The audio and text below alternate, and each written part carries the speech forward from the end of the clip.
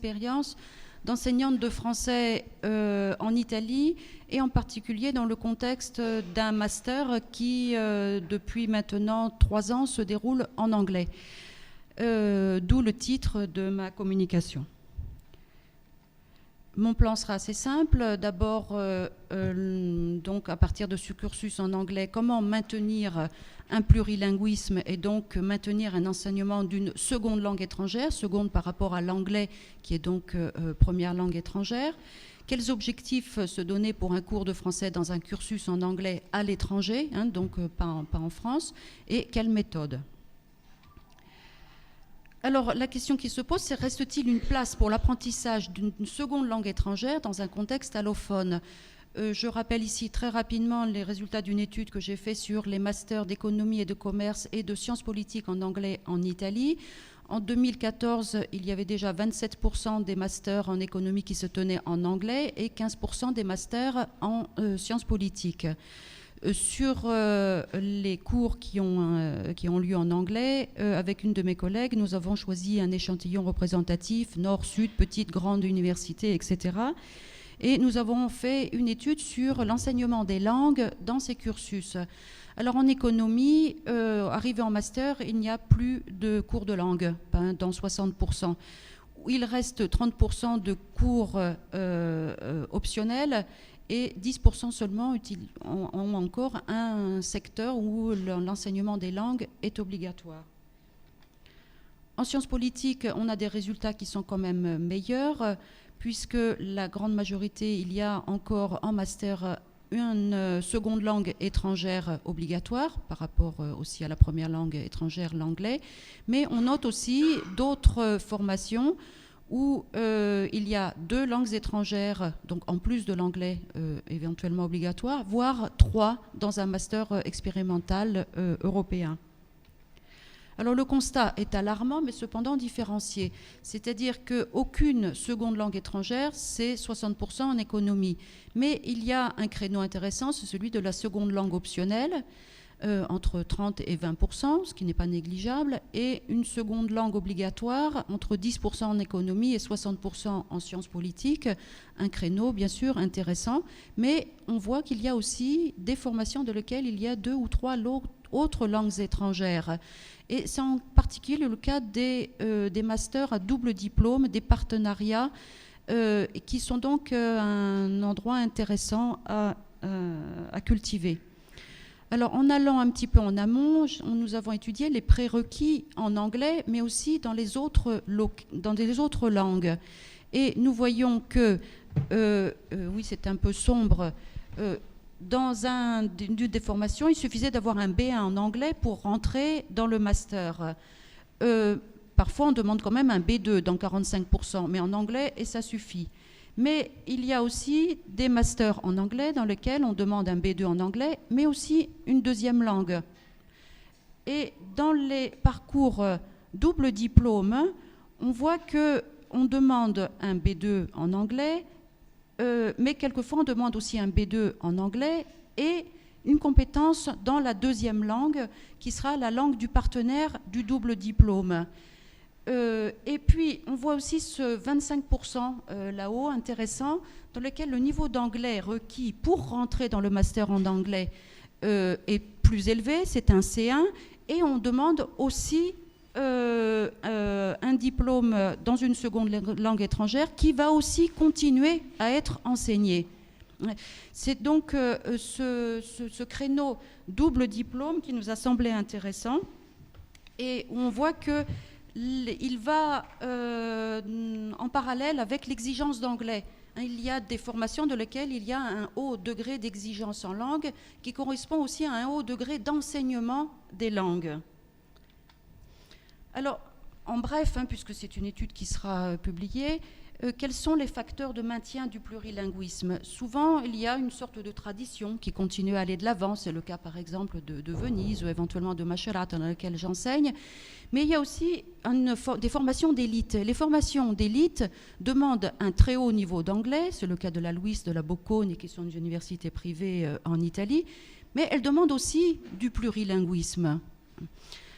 Il y a les curriculums bilingues qui sont intéressants, qui se développent en anglais, mais aussi avec des cours en langue locale, ici l'italien, qui permettent le maintien d'un certain plurilinguisme. Les séjours de mobilité inclus dans le cursus, c'est-à-dire obligatoires dans le cursus, entraînent le maintien d'un enseignement de langue. Cet enseignement de langue, il se fait dans la langue locale du partenaire. La coopération entre les départements de langue permet aussi d'offrir gratuitement des cours de langue lorsque les départements, par exemple, de sciences politiques ne sont pas disposés à engager des enseignants de langue de serbo-croate, de bulgare, de lituanien, etc. On trouve des universités dans lesquelles ces enseignements sont devenus obligatoires grâce au double diplôme, à condition que les facultés de lettres veulent bien s'ouvrir et offrir gratuitement l'accès à leurs cours. Donc, c'est un partenariat organisé de façon interne aussi aux universités qui permet de maintenir le plurilinguisme. Il y a aussi les parcours internationaux, mais qui ne sont pas internationaux globaux complètement, mais qui sont focalisés sur des zones géographiques spécifiques. Par exemple, c'est des parcours économie ou sciences politiques internationaux, mais focalisés sur l'ère méditerranéenne, par exemple. Alors à ce moment-là, on voit réapparaître des besoins spécifiques qui sont plus justifiés par rapport à ces aires, l'arabe, le français, l'espagnol, par exemple, ou lorsqu'on se focalise sur l'Europe de l'Est, le russe et beaucoup de langues de l'Europe de l'Est. Ces petites langues souvent oubliées réapparaissent à condition qu'on focalise sur l'enseignement sur ces zones. Les réseaux internationaux dans les business schools fonctionnent bien dans le sens qu'à partir du moment où il y a des partenariats à long terme, à ce moment-là, les chercheurs se mettent à éventuellement investir sur une formation linguistique lorsqu'ils ont un partenariat fiable à long terme, pas simplement le partenariat Erasmus, mais quelque chose à maintenir à long terme. Bon, il y a certains cursus européens qui organisent une véritable un tour. Ce sont des formations où les étudiants doivent, au cours de leur carrière, passer un semestre dans une université, un semestre dans une autre, enfin un petit peu le parcours médiéval. À ce moment-là, à chaque semestre, il y a une langue nouvelle qui se raccroche. Et puis, un autre facteur de maintien, c'est de travailler sur l'attractivité de ces modules optionnels. Ils sont optionnels, ils ne sont pas obligatoires, mais il faut les rendre attractifs. Alors, quels sont les objectifs pour l'enseignant de français? Ils deviennent très diversifiés. Ce n'est plus seulement d'enseigner le français, mais de trouver le lieu, de créer ce lieu où on va pouvoir enseigner le français. Donc, l'enseignant de langue devient aussi le promoteur des partenariats, de l'immobilité, des projets avec les pays francophones. Il s'agit pour lui de faire tout un travail de relations publiques qui n'est pas simplement travail en classe. Pour pouvoir maintenir un besoin d'apprentissage d'un degré, disons, B2 de maîtrise dans toutes les compétences, il faut qu'il y ait un projet de mobilité, sinon ça ne sert plus à rien. L'anglais suffira. Il faut mettre l'accent sur le français, sur objectifs universitaires, sur l'éveil aux aspects interculturels, pour que cela puisse apparaître comme quelque chose d'utile pour le projet de mobilité, justement. Les cours intensifs peuvent éventuellement être interdépartementaux. Il faut apprendre à ouvrir son cours de français, qui souvent a un petit effectif, à d'autres départements, de sorte à créer une masse critique. Mais tout ça, c'est des démarches volontaires à faire auprès des autres départements, en particulier pour créer des modules de préparation au départ pour les étudiants qui vont partir à l'étranger, mais qu'ils soient d'un département de médecine ou de sciences politiques. On peut aussi les regrouper pour faire masse. Enfin, travailler énormément sur les doubles diplômes qui permettent l'intégration de l'enseignement de la langue du partenaire dans le cursus. Et à ce moment-là, cette deuxième langue étrangère devient obligatoire. Et travailler sur l'attractivité encore des modules optionnels. Je me concentrerai peut-être plus là-dessus. Alors, il s'agit d'adapter aussi les objectifs au public international. ce qui crée de véritables problèmes. En master, je veux partir de mon expérience, mais que j'ai partagé avec pas mal de collègues, les étudiants locaux italiens que j'ai en cours ont un niveau d'entrée B1 parce que ou leurs études de lycée ou les études qu'ils ont fait au niveau de la licence leur a permis d'atteindre ce niveau. Ils doivent atteindre maintenant un niveau B2. Mais les étudiants internationaux qui arrivent sont parfois à un niveau complètement débutant. Par ailleurs, l'anglais n'est pas forcément maîtrisé par l'enseignant, ce qui fait qu'il y a un risque de stagnation pour ceux qui connaissent le français, mais c'est la même chose pour l'espagnol, l'allemand, etc. Ou un blocage pour tout le monde parce qu'on fait un cours qui ne correspond à rien. On va descendre à un niveau A2, ça ne sera pas suffisamment débutant pour les Chinois, mais ça sera inutile pour ceux qui ont déjà fait du français. Donc faire un niveau intermédiaire, ça ne va pas. Alors, c'est là qu'il faut vraiment mettre en œuvre toute une panoplie de solutions flexibles selon le contexte institutionnel.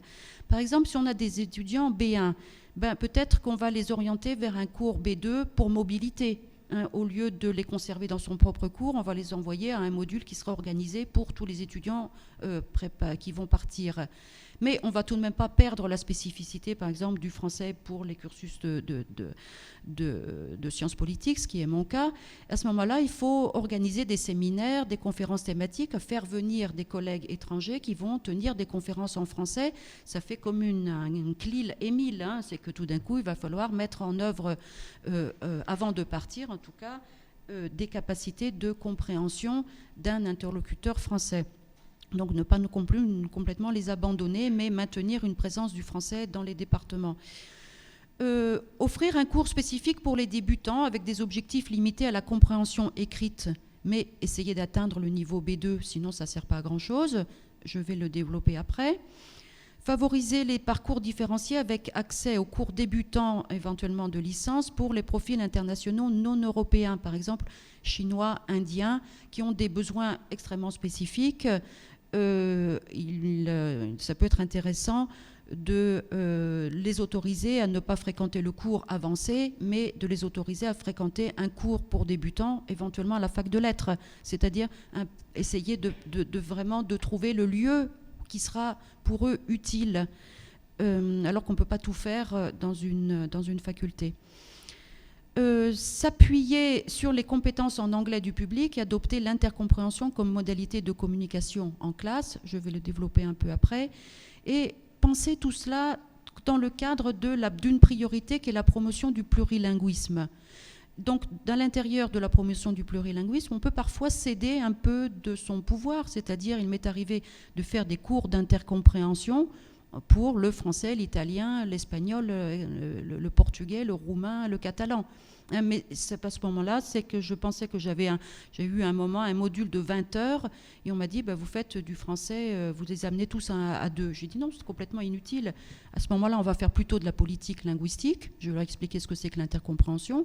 Et puis, on va faire de l'intercompréhension, et ça va permettre de développer aussi un module en ligne. Donc, ça va se démultiplier en dehors de la classe, et mes 20 heures vont devenir productives de quelque chose. Alors, quelle méthode utiliser si on a un cours de français ? Alors, la solution la plus simple, ça pourrait être, on prend la méthode FLE internationale. Bon, on est obligé d'abandonner le manuel bilingue italo-français, c'est dommage, il a été fait par des collègues et on va favoriser les maisons d'édition internationales. Bon. Mais souvent, on obtient des résultats beaucoup trop faibles avec tout cela parce que ce n'est pas adapté à ce public qui n'a pas qui a très peu de temps. En 40 heures, on ne peut pas faire grand-chose. Alors, il y a les méthodes de FLE pour public anglophone. Je crois qu'il faut commencer à s'intéresser à voir ce qu'on fait, puisqu'on finit par nous demander quelquefois d'enseigner le français en anglais. Si on n'en est pas capable, comment on va faire ? Alors, je vous donne cet exemple, je ne fais pas de la publicité pour Horizon, mais on retrouve ces manuels de français qui sont faits pour des publics anglophones. Nous, en tant que prof de FLE, on n'est pas habitués à les utiliser, mais finalement, on retrouve quelque chose de totalement familier. Il suffit d'avoir un niveau B1 en compréhension pour comprendre tout l'appareillage de soutien, tout l'étayage en anglais qui peut être utile pour un public qui a l'anglais comme lingua franca. Alors comment faire à ce moment-là? On peut l'utiliser comme s'il était écrit en français, c'est-à-dire que le professeur oralise en français et l'étudiant, il a un soutien, un étayage en anglais, hein, ce qui fait qu'on fait un code switching sans se mettre à parler un anglais déficitaire si on ne le possède pas en tant que professeur de français. Donc on arrive tout de suite à des modalités d'intercompréhension dans la gestion de la classe. Là, je vais laisser la parole sur l'intercompréhension aux collègues Jean-Michel Robert et Fabrice Gilles qui arrivent après moi. Mais dans l'intercompréhension, il y a aussi des manuels qui sont organisés à partir de l'anglais. Je cite ici Eurocom Rome, The Seven Thieves. Hein, c'est ce manuel qui est édité en français, en espagnol, en italien, etc. Il existe aussi en anglais. Donc ça peut être le manuel de référence, même si on fait un cours ensuite en utilisant une langue latine. Où on peut essayer d'intégrer le cours de français avec le cours d'italien. Lorsqu'on est dans un pays de langue latine, travailler avec le professeur d'italien langue étrangère, ça peut être aussi intéressant pour faire un cours, doubler, disons, les heures qui sont à disposition et travailler sur l'intercompréhension, par exemple ici, entre le français, l'italien et l'anglais. La compréhension écrite me semble une compétence stratégique vraiment prioritaire dans la politique linguistique du plurilinguisme. C'est-à-dire qu'il s'agit de développer des compétences de réception de la production scientifique. Si on n'a que 40 heures dans un module optionnel. Développer des compétences de réception, ça veut dire soutenir le droit d'écrire et de publier dans la langue de son choix. Mais si on veut continuer à écrire et publier en français, il faut avoir le souci de former des compétences de réception internationale de ses propres publications, sans passer obligatoirement par l'anglais. Alors, pour les interactions du quotidien en présence dans les institutions internationales où vont opérer éventuellement nos étudiants qui se spécialisent en relations internationales, peut-être que le B1 leur suffira, mais pour lire et profiter véritablement d'une lecture disciplinaire en langue étrangère, il faut au moins un niveau B2. Hein. Donc, il faut pousser assez rapidement la compétence de compréhension écrite. Alors, c'est là que je me suis intéressée un peu aussi à des manuels venant des États-Unis, puisqu'il semble qu'en Amérique du Nord, au Canada, aux États-Unis, il y a une longue tradition d'épreuves de lecture en français. Alors c'est une vieille tradition, mais qui est en train de se renouveler, mais qui est assez étrangère à notre formation en tant que didacticien de FLE, qui est l'approche communicative, actionnelle, etc. Alors, c'est pas nouveau, hein. 1830, il y a The New French Reader, alors avec des petits textes, des anecdotes, des sketchs à lire, la recherche de textes courts, et à partir de lesquels on va construire des compétences de compréhension écrite. Et puis, il y a des méthodes de grammaire-traduction. Alors, on va dire, mon Dieu, on va retourner à ces vieilles méthodes de grammaire-traduction. Il me semble qu'il y a des choses dont on peut s'inspirer. Hein. Il faut peut-être y retourner un peu plus près pour voir comment elles fonctionnent. Alors, il y a un texte qui fonctionne encore et qui est en circulation et qui se retrouve dans un certain nombre de bibliographies. C'est Reading French in the Arts and Science, hein, de cette université. Alors on retrouve certains aspects qui datent encore de 1930, c'est qu'il y a un peu cette utilisation de textes édifiants, un peu, mais enfin quand même un peu moins, hein. Mais surtout qui se basent sur des études linguistiques comparatives et qui intègrent de la grammaire, une grammaire très systématique. On va partir des groupes nominaux, des verbes, avec des phrases à traduire, la traduction ensuite de petits textes de type expositif ou littéraire. Mais ça semble très, très, très vieux, hein, de partir du groupe nominal, puis du verbe, puis de la phrase. Hein, c'est pas un contexte, enfin c'est pas du tout ce qu'on nous a enseigné en tant que didacticien de FLE. Mais finalement, on retrouve des éléments qui rejoignent assez la didactique de l'intercompréhension. C'est-à-dire que ces mots, c'est pas apprendre des mots, des listes de mots, mais c'est partir des mots transparents. Et ces études ont été faites à partir des mots transparents entre le français et l'anglais. Il y a des tableaux comparés qu'on retrouve dans la didactique de l'intercompréhension. Il y a tout un travail sur les suffixes, un appel à une démarche inductive du sens à partir du contexte. On demande aussi, on signale dans les introductions qu'une compréhension partielle des textes suffit, mais qu'on est en train de mettre en place une démarche de progression très systématique et qui fait appel à la mémorisation. Par exemple, ici, bon, on ne va pas avoir le temps parce que ma présentation doit être très rapide, hein, mais on va indiquer à l'étudiant qu'on ne va pas lui apprendre toute la grammaire, mais uniquement les points de grammaire qui vont lui permettre de comprendre. Hein. Donc la mémorisation, ça ne sera pas la mémorisation des tableaux et des désinences, mais ça va être ce qui va être important pour vous pour reconnaître que c'est le futur. Donc, par exemple, apprendre les désinences irrégulières du futur, hein, qui vont vous permettre de reconnaître rapidement un futur et aller de l'avant. J'aime cette phrase qui est dans ce manuel, qui donc date de 85 et qui indique à l'étudiant qu'il va falloir étudier et apprendre à faire ce qu'il appelle ici un educated guess at the probable meaning. Et tout va être dans ce educated guess, c'est-à-dire on va lui enseigner à deviner, hein, le sens. Alors, ça passe par un certain nombre d'exercices très systématiques. Par exemple, ici, on veut lui expliquer, une fois qu'il a appris le présent, qu'il va se demander si c'est un futur. Et avec un certain nombre de questions du genre, bon, ben, est-ce qu'il y a un R? Est-ce que ça fait partie de la liste que vous avez appris des futurs irréguliers? Non. Bon, alors, si vous avez le verbe que vous rencontrez ne correspond pas à ces deux critères, ben, alors vous allez l'appeler temps du passé. Hein, vous voyez que c'est organisé, cette grammaire intermédiaire qui va permettre de faire de deviner de quoi il s'agit, de quel temps il s'agit, puisque c'est quand même un des gros problèmes des locuteurs anglophones lorsqu'ils rencontrent des langues latines, c'est les temps, hein, cette énorme gamme de temps.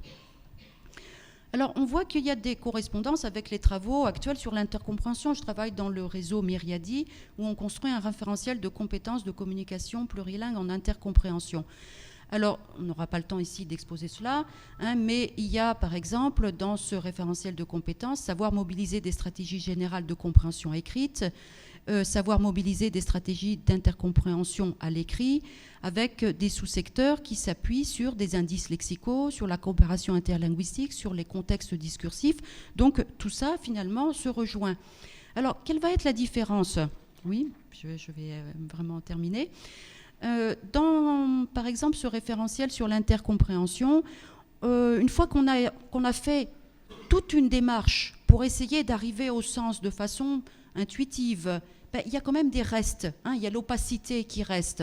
Et un des derniers descripteurs, c'est savoir traiter les éléments opaques. Qu'est-ce qu'on fait une fois qu'on a fait toute la démarche? Bon, ben, il y a recourir ponctuellement au dictionnaire. Bon, mais dans les dictionnaires, encore faut-il trouver le bon radical, hein, d'où cette nécessité d'avoir quand même un bagage à mémoriser. Et puis on trouve des petits portraits de langue. Les manuels comme Eurom 5 proposent des tableaux multilingues pour tous ces mots opaques, pour organiser toute cette grammaire de la lecture. Dans les méthodes spécifiques de lecture pour anglophones, on va partir de l'explication de points d'achoppement qui sont prévisibles parce qu'on a fait déjà des études sur quels vont être les problèmes pour les anglophones pour lire du français. Donc, par exemple, ces problèmes de radicaux, mais ces problèmes de traduction de l'imparfait, hein, qui correspondent à beaucoup de traductions possibles. Il ne suffit pas de savoir que c'est un temps du passé, encore savoir lequel utiliser lorsqu'on va traduire. Alors, les méthodes se sont renouvelées pour ce qui est des méthodes d'apprentissage de la lecture du français pour anglophones. Donc, on peut trouver des choses sur Internet. Hein, j'en cite un ici, où on propose des petits textes et puis vous cliquez, paf, vous avez la traduction. Ou alors vous trouvez des méthodes qui sont plus attrayantes. Hein. Par exemple ici, où il y a des textes sur des domaines plus attrayants comme la musique, le sport, le film, le théâtre, bon, etc. Où on vous dit easy, engaging. Bon. Mais je me dis quelquefois, à force de dire que c'est facile, hein, ce n'est pas si facile que ça. Justement, les traitements de l'opacité, ce n'est pas facile. Hein.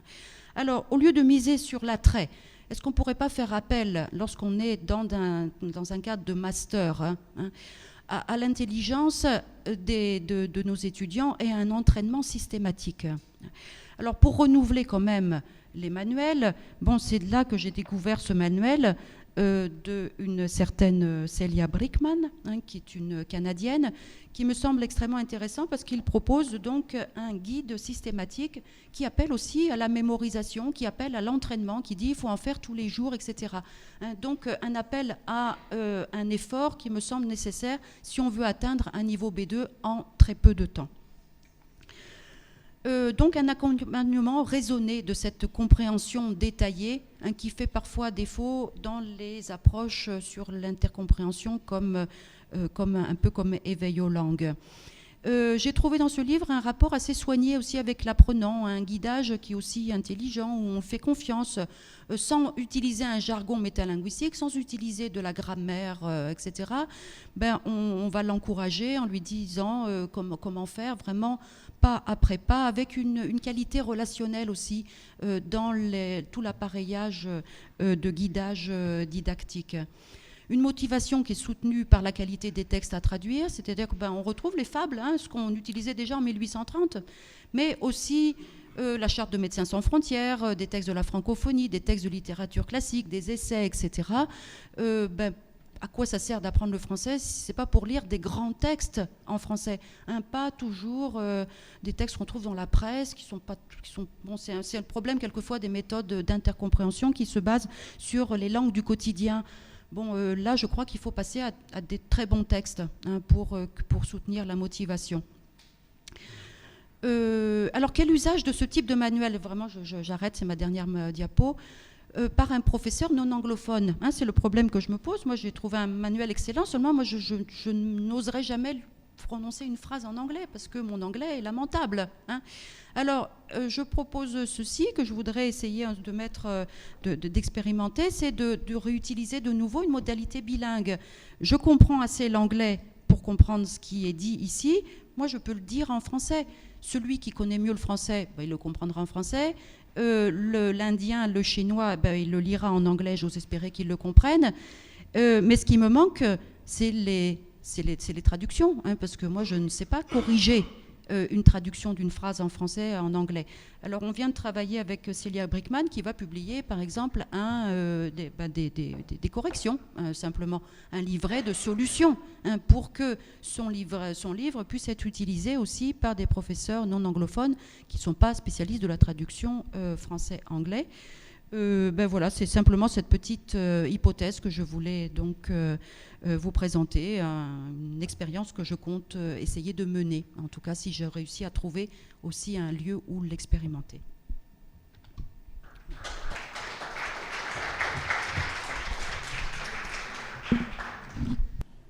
Bon, ça va, vous arrivez à lire?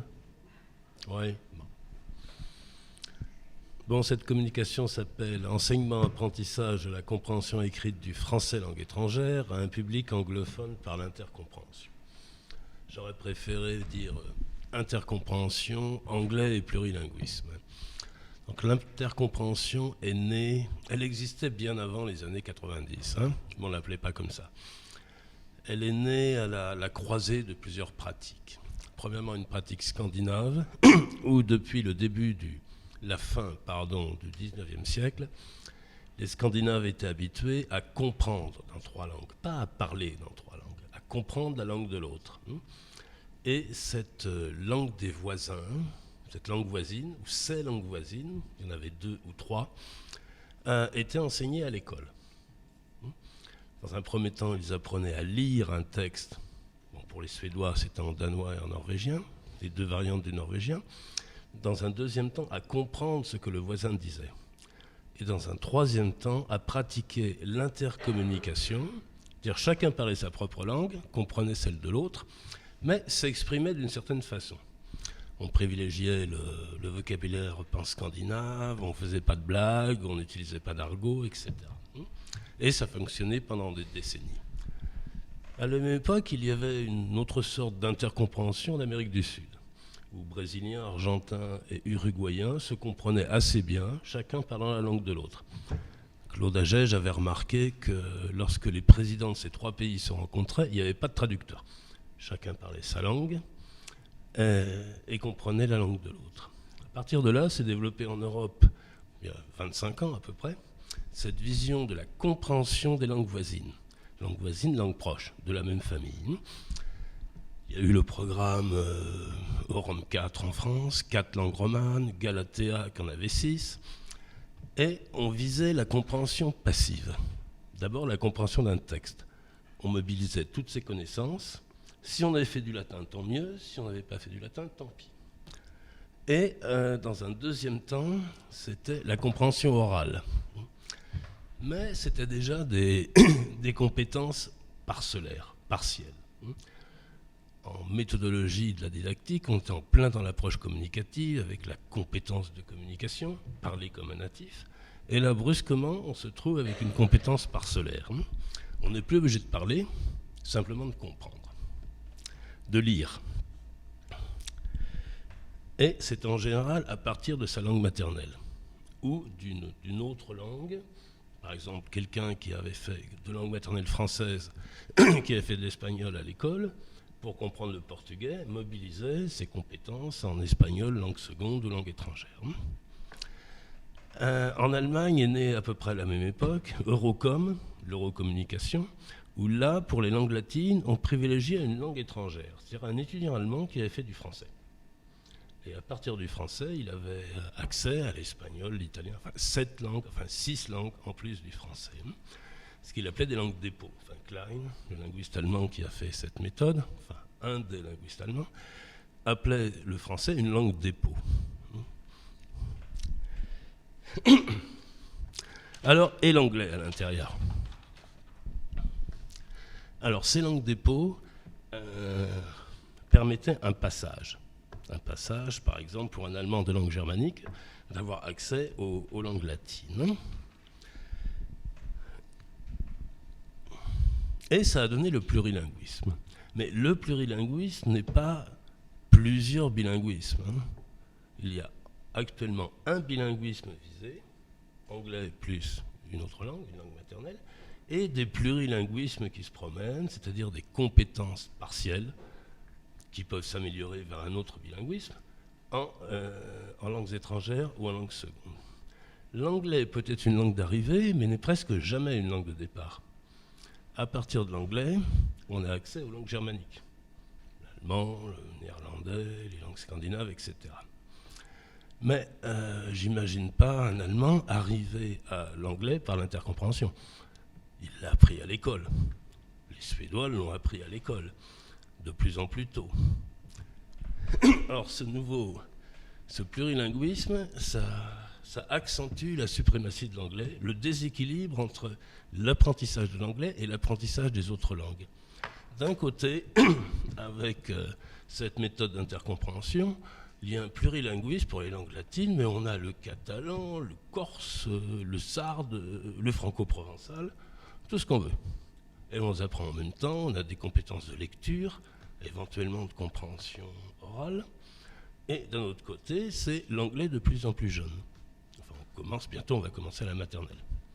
Ça se vérifie en Scandinavie, où l'anglais commence de plus en plus tôt dans les écoles, et l'initiation aux langues secondes, aux langues voisines, commence de plus en plus tard. Maintenant, c'est en terminale. Et avant, c'était au début du secondaire. Dans les années 60, les films pour enfants en anglais, en Suède, étaient en version suédoise. Maintenant, ils sont sous-titrés, simplement. Dans les années 60, les films danois et norvégiens n'étaient ni sous-titrés, ni post-synchronisés en suédois. Les Suédois étaient supposés comprendre la langue voisine. Maintenant, ils sont sous-titrés. Donc, quelque part, il y a un tout anglais qui se dessine et toute langue. C'est fini, les langues de prestige. À la limite, on pourrait dire que En intercompréhension, l'allemand ou le suédois ont la même valeur, le français et le catalan ont à peu près la même valeur. Hein. On apprend plusieurs langues comme ça, mais l'anglais est au centre. Alors j'avais trouvé que l'anglais, enfin j'étais pas le seul, pouvait servir pour la compréhension du français. Là, comment est-ce que ça monte ?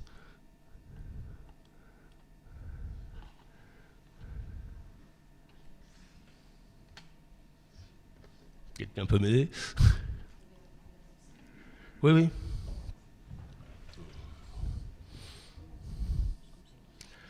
Ah, je sais pas.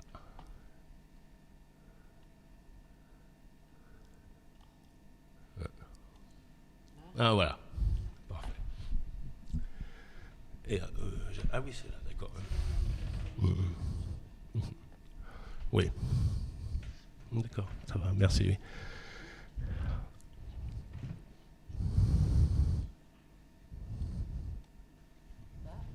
Ouais. Ça va mieux comme ça ? Oui, ça va. Là, c'est pour monter et là, c'est pour descendre. D'accord, parfait. Donc, bien sûr, l'anglais est une langue germanique, mais l'anglais est une langue avec greffe latine et romane. Hein. Il y aurait 2/3 du vocabulaire d'origine latine et française. Plus de 3000 homographes, beaucoup de cognats ou de cognates, et une grande influence du latin dans la syntaxe anglaise. Je vous laisse lire ces petits textes. Je vais faire ça plus court.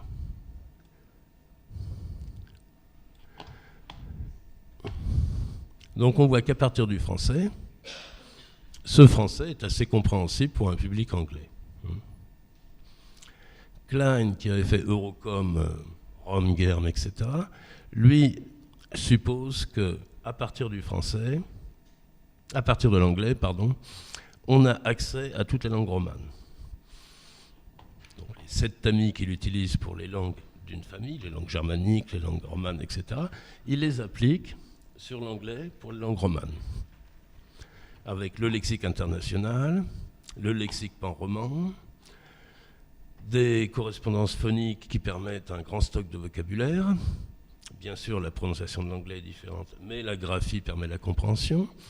Les structures fondamentales des langues latines, des langues romanes ne diffèrent pas tellement de celles de l'anglais.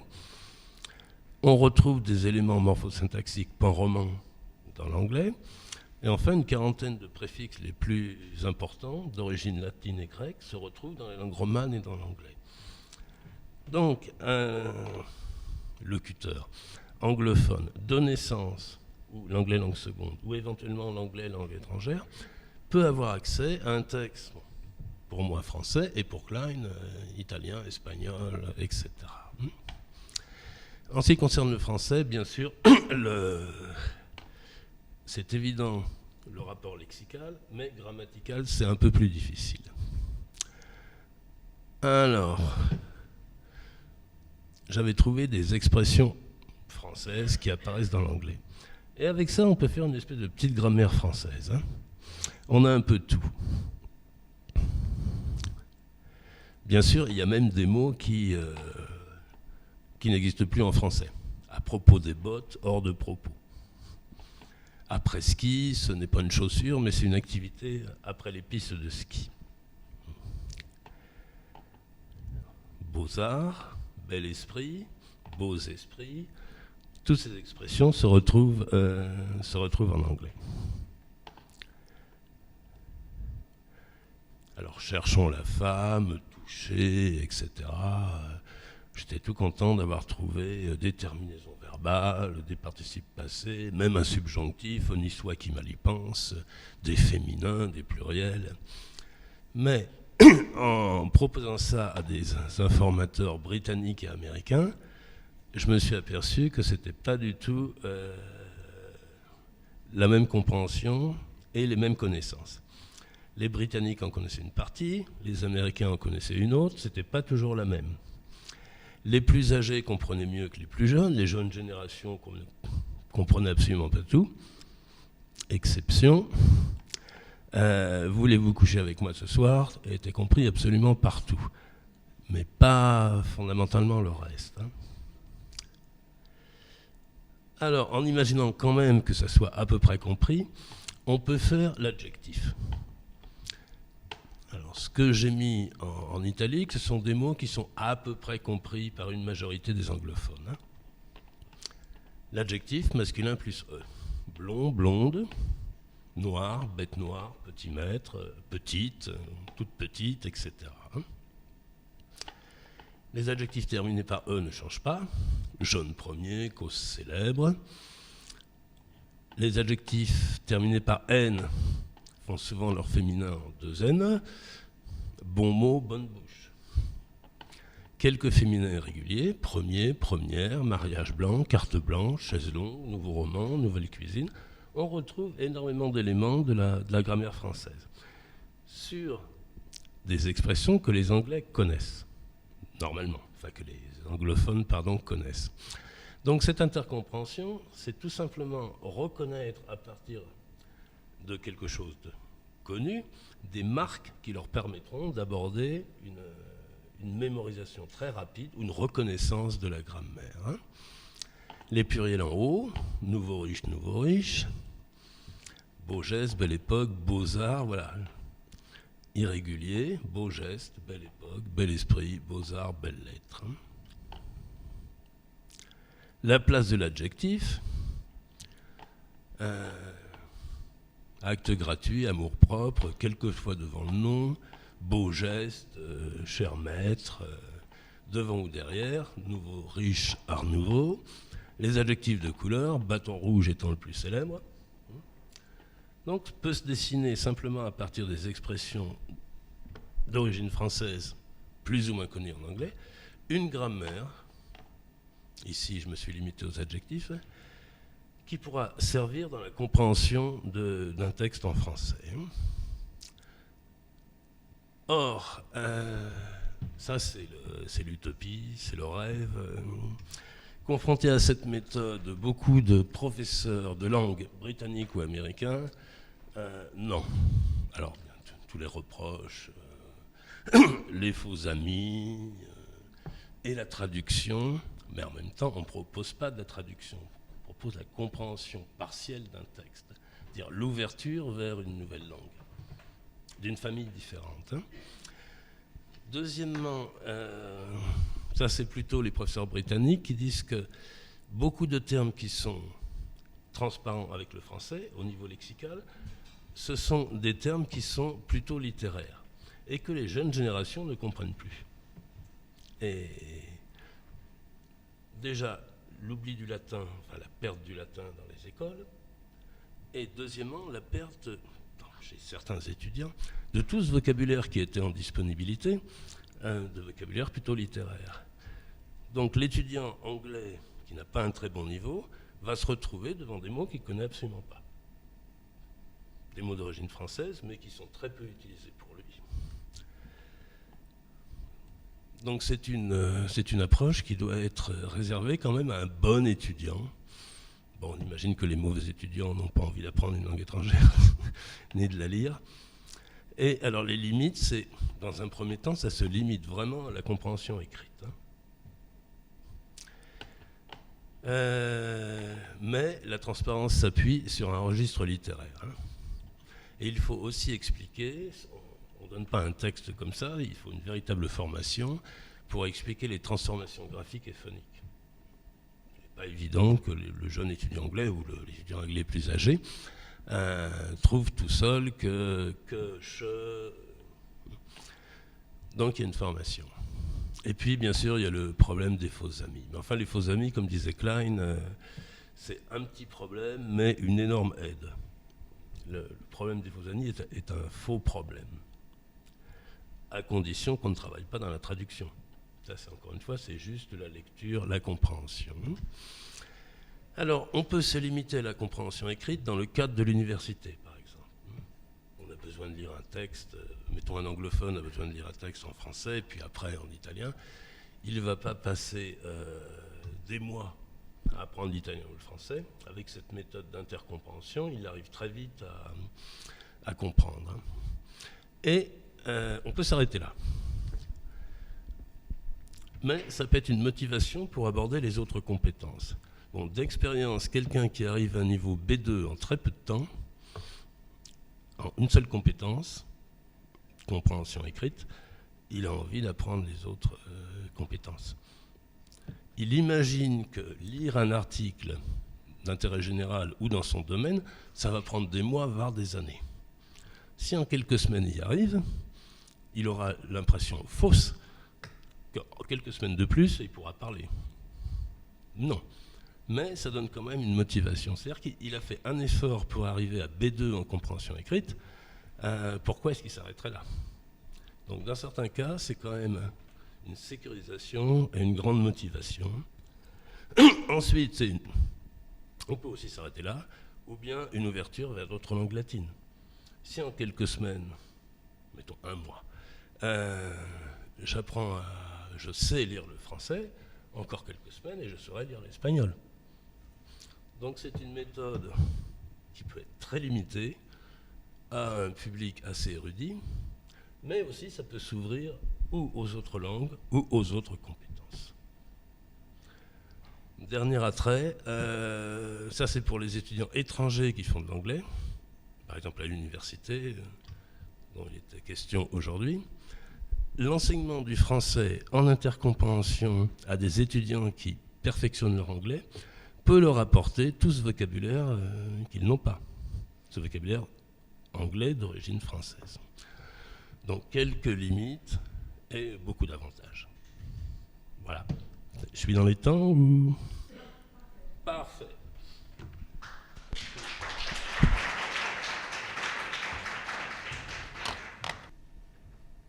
On commence quand même. Allez. Alors, on parle beaucoup pendant ce colloque de concilier l'internationalisation des parcours à l'université et la nécessité de développer un plurilinguisme. Moi, je me demande si on ne pourrait pas utiliser l'anglais, les connaissances en anglais des apprenants, pour les amener à apprendre d'autres langues romanes et à se préparer avant de partir, avant de venir pour faire un séjour d'études, éventuellement pour immigrer dans des pays où on parle des langues romanes. Et je réfléchis à un dispositif. Je réfléchis à un dispositif dans le cadre de ma thèse sous la direction du professeur Degache et la co-direction d'Olivier Creff à Grenoble.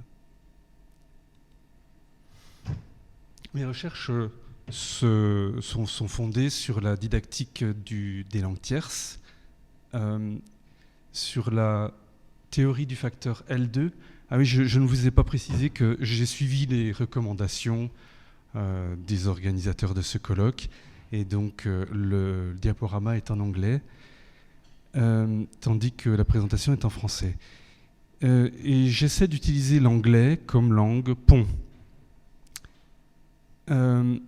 L'anglais dont le rôle, qui peut être utilisé également pour développer les compétences d'intercompréhension, avec l'idée toute particulière que c'est Senos qui précise cela, qui montre cela, l'influence interlinguistique est plus importante.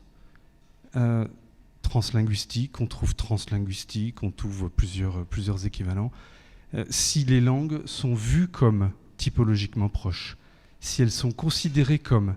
Donc c'est cette dimension subjective qui m'intéresse. Alors comment développer ces compétences dans une L3 ou dans plusieurs L3 ? Je fais le pari qu'on peut utiliser surtout les influences interlinguistiques, les compétences lexicales de l'apprenant en L2, qu'on peut développer les inférences ou aider à développer les inférences du fait de connaissances dans un domaine de spécialité pardon, et qu'une approche fondée sur les corpus peut se prêter à cela. Alors je m'inspire très clairement de l'intercompréhension avec plusieurs projets européens. Mes prédécesseurs en ont parlé. Je redonne quelques noms sur cette diapositive. Et ce qui m'intéresse dans les objectifs de l'intercompréhension, c'est surtout comment trouver des bases, établir des bases pour les transferts linguistiques et apprendre à réfléchir, à décoder le langage, les langues plutôt, décoder les langues. Mathilde parlait des référentiels d'intercompréhension qui sont actuellement élaborés et testés. Si vous voulez participer au test, ce sera avec plaisir qu'on aura votre retour. Alors, le fait de décoder, de pouvoir décoder, ça peut être une motivation, une source de motivation pour un apprenant. Je vous propose une petite activité à partir d'une langue qui emprunte beaucoup à l'anglais actuellement. C'est celle-ci. Donc c'est une petite énigme. Dans la colonne de gauche, vous avez des mots écrits en japonais. Leur transcription en anglais, non pas en anglais, leur transcription avec en caractère romain. Est-ce que vous arrivez à deviner le sens de ces mots? Ce sont des mots empruntés à l'anglais. Ah, on voit mal? Computer, d'accord. Le deuxième est un peu plus difficile, apparemment. Butter, le beurre. Le troisième, ice cream, aisukurimu. Le quatrième, on l'attend moins, peut-être. Ah, je vois que certains prononcent. C'est ça, en fait, quand on prononce, certaines personnes ont besoin d'oraliser. Pour certains de ces mots, c'est plus facile si on oralise quelque chose qui ressemblerait à de l'anglais. Pardon? Non. Ah, alors... je crois que vous l'avez dit. Helmet. Helmet, donc das Helm en allemand, le casque.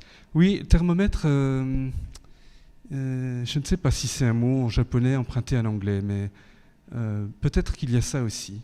Est-ce que le dernier, ça vous dit quelque chose? Ah non. C'est plus proche de ce qu'on voit, en fait.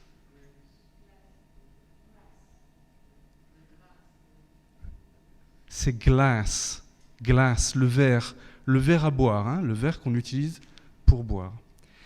Alors, je ne sais pas si vous avez eu plaisir à faire ce genre de choses, mais moi, c'est ce genre de choses qui m'intéresse avec des apprenants.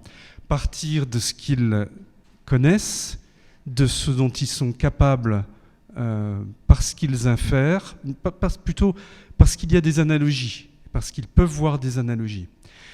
Mais rien qu'avec ce genre de petit travail, de pas grand-chose, je le reconnais, un apprenant peut déjà se livrer à des hypothèses.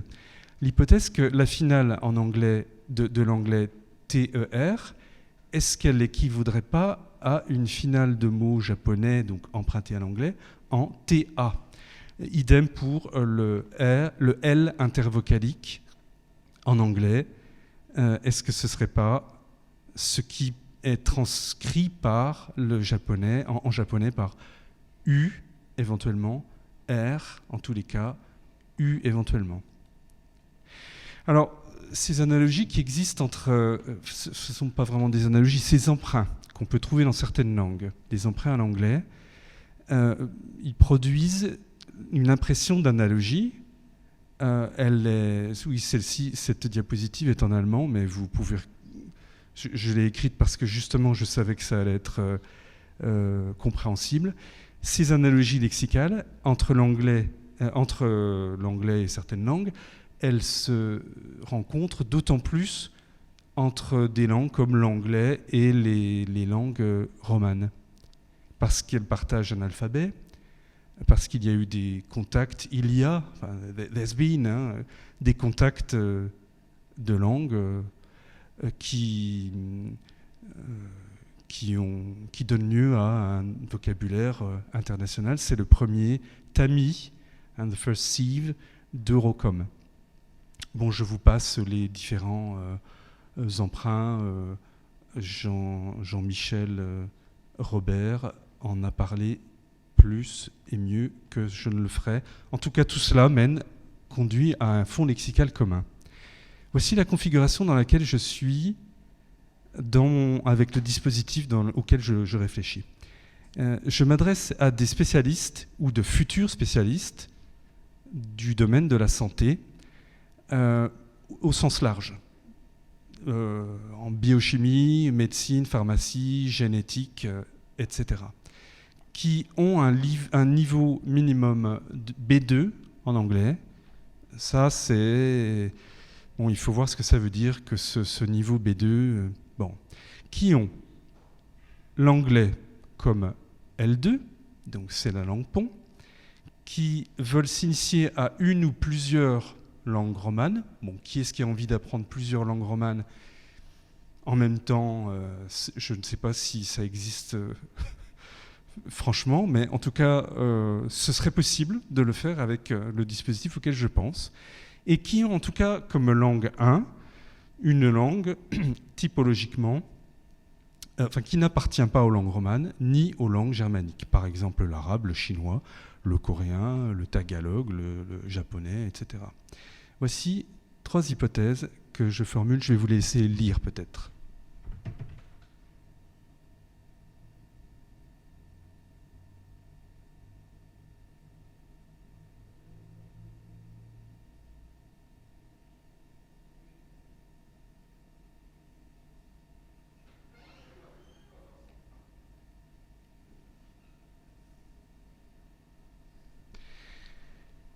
Donc ce qui m'intéresse, c'est le questionnement métalinguistique, la transparence et les inférences. Alors comment faire cela? Je vous donne 5 exemples. 5 exemples d'activités envisageables, possibles. Bon. Le questionnement est toujours en anglais, puisque l'anglais est la langue pont. Les phrases ou les segments de phrases, les énoncés sont dans les 4 langues, avec 4 couleurs différentes. C'est toujours la même couleur pour chaque langue. Bon, première question, est-ce que vous pensez que vous comprenez? On est là dans la déclaration, dans le déclaratif, avec ce genre de questions. Les mêmes phrases, ou plutôt la même phrase, traduite en 4 langues. Là, idem, on déclare, l'apprenant déclare ce qu'il croit comprendre à partir de ses connaissances en anglais. Je peux continuer? Vous avez vu? Alors, maintenant j'attire l'attention sur le verbe. Et je mets en premier la langue qui est la plus transparente avec l'anglais. Ici, S. Ça ressemble énormément à is. Alors, est-ce que l'apprenant peut comprendre cela? On va le vérifier en lui faisant écrire le mot anglais, donc he is, is. Et là, ce ne sera pas seulement déclaratif. 4e exemple. J'attire l'attention sur l'article qui n'existe pas en chinois, qui n'existe pas en japonais.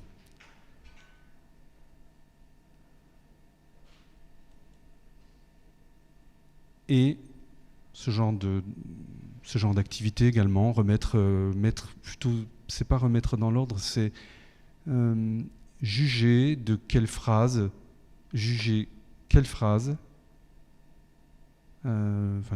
choisir la phrase qui semble avoir la même syntaxe qu'une phrase donnée. Bon, tout ça c'est bien beau, mais d'où est-ce que je sors tout ça? De mon chapeau, ce vocabulaire-là? Alors, la méthodologie que j'ai suivi pour le 1 et le 2. Elle s'appuie sur la linguistique de corpus, je vous le disais. Alors, les 5 points suivants, je vais les développer et vous les expliquer. La première chose que j'ai faite, c'est donc d'extraire. Ah oui, alors mon approche, elle n'a pas du tout été celle-ci au début de ma thèse. Je suis parti sur l'idée d'une idée en synchronie. En diachronie.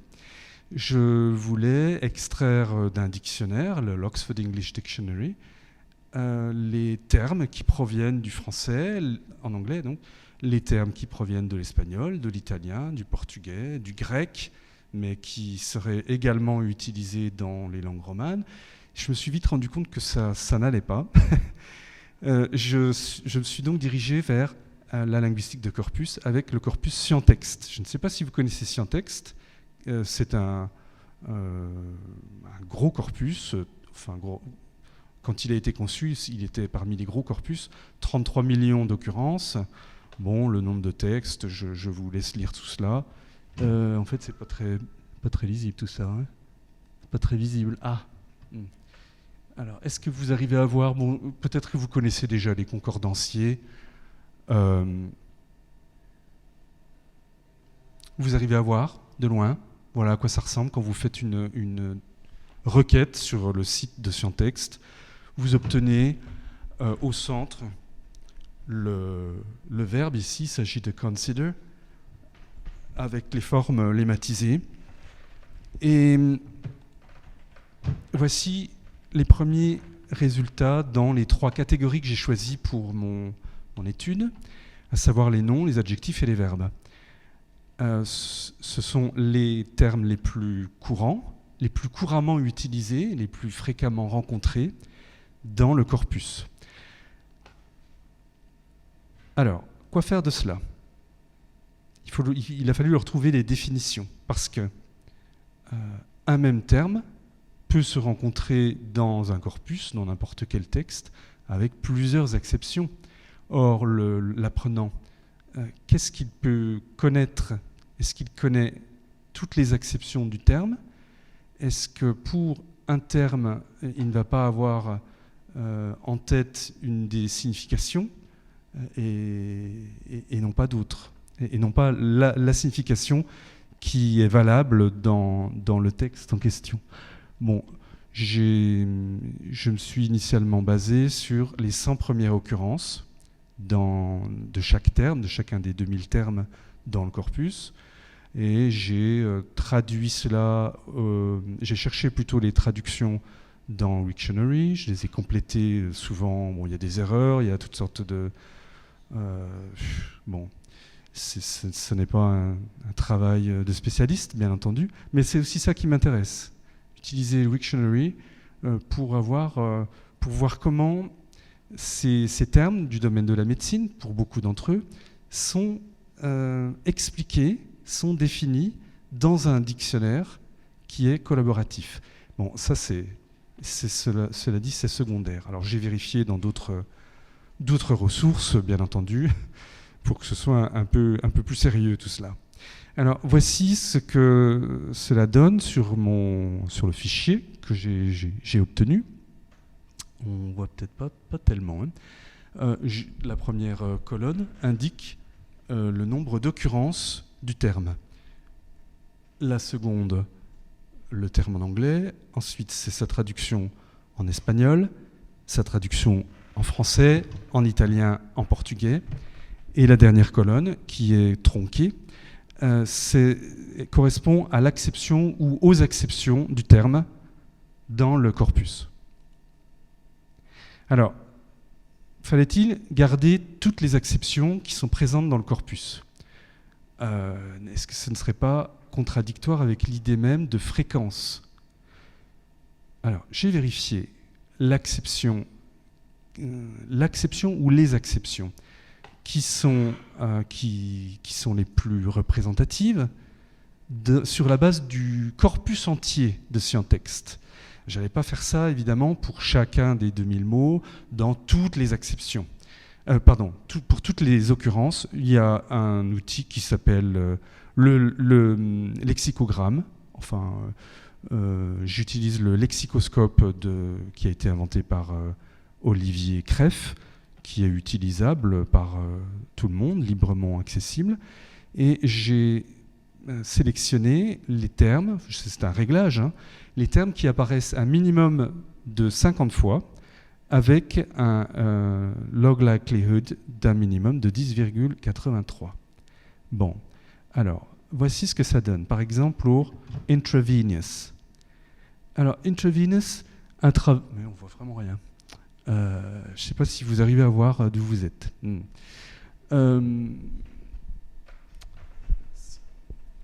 En fait, on a l'adjectif donc intraveineux, intravenous, qui est associé de façon privilégiée à infusion, injection, administration, immunoglobulin et drug. Alors, tout ça, ça nous fait une belle jambe, vous allez peut-être me dire. Mais non, ce qui est intéressant, c'est de se demander ce qu'un apprenant de ce domaine de spécialité va rencontrer dans les textes qu'il lit dans le cadre de ses études ou de ses recherches. Alors, j'ai envisagé 3 cas. Les termes qui sont monosémiques d'anciens textes, par exemple, chronic. À chaque fois qu'on rencontre chronic, c'est par exemple associé à arthritis, bronchitis, disease, etc. Et ça a la signification de prolonged or slow to heal. Ça correspond dans les langues romanes à des termes, un seul terme, qui est transparent. Deuxième cas, les termes polysémiques d'anciens textes est traduit par un seul terme également dans les langues romanes. Par exemple, operate. Operate, c'est donc opérer un travail, mais c'est aussi, dans le domaine médical, perform some manual act upon the human body, etc. Là, on a un seul terme dans les 4 langues romanes, operar, opérer, operar et operar. Troisième cas, les termes qui sont polysémiques dans anciens textes et qui donnent lieu, si on les traduit dans les langues romanes, à plus d'un terme. Par exemple, medicine, c'est un peu paradoxal, mais puisqu'il s'agit du domaine de spécialité, c'est la médecine, bien sûr, en français, quand il s'agit de la discipline, mais c'est aussi un synonyme de drug, c'est-à-dire le médicament. Alors là, pour ne pas semer la confusion, je dois enlever ce type de termes de la liste que j'essaie d'obtenir. Alors voici comment j'appelle cela un interlexique à la suite de Cour, Mélisandre Cour, interlexique. Je cherche maintenant des degrés, c'est actuellement ce que je fais, des degrés d'analogie entre ces termes. C'est-à-dire, on a un terme anglais, est-ce que je dois pouvoir quantifier s'il ressemble ou non, enfin non, dans quelle mesure il ressemble à un terme français, espagnol, italien, portugais. Je vais utiliser plusieurs outils et je vais essayer d'obtenir la liste des interlexèmes du domaine de la santé dans les 5 langues. Alors, ensuite, qu'est-ce qu'on fait de ça ? On peut chercher des séquences authentiques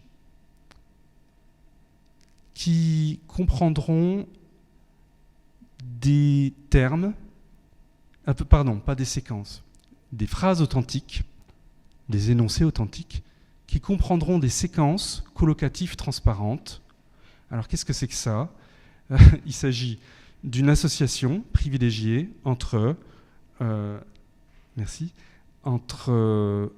un terme transparent parmi les 2000 termes, les 2000 lemmes les plus fréquents en anglais, et ces locutif dans les langues, dans le corpus Scientexte. Oui, si on vient en arrière, vous aurez par exemple, ce serait peut-être plus clair si je vous dis par exemple que pour chronic, je vais chercher un de ces termes là-haut. Est-ce qu'on peut trouver infection avec chronic, inflammation avec chronic dans un corpus multilingue aligné? Alors je vous en parle tout de suite. Ils étaient sur Europarl par exemple. Europarl, il s'agit de tous les textes de l'Union européenne, du Parlement européen. Ils sont traduits systématiquement en 23 langues et je cherche ces séquences transparentes dans le corpus multilingue aligné d'Europarl. La même chose pour acquis, c'est aussi des textes de loi. Et alors EMEA, il s'agit de Medical Agency, je n'arrive plus à retrouver ce que veut dire l'acronyme. Bon, alors, le but va être de faire apprendre par ces questions, par ces exercices, des traits morphosyntaxiques des langues romanes. Par exemple, la place de l'adjectif, l'ordre sujet, verbe, objet, le pluriel, la présence d'articles. Il s'agit d'une sensibilisation dans un premier temps. Bon, alors, j'y suis presque.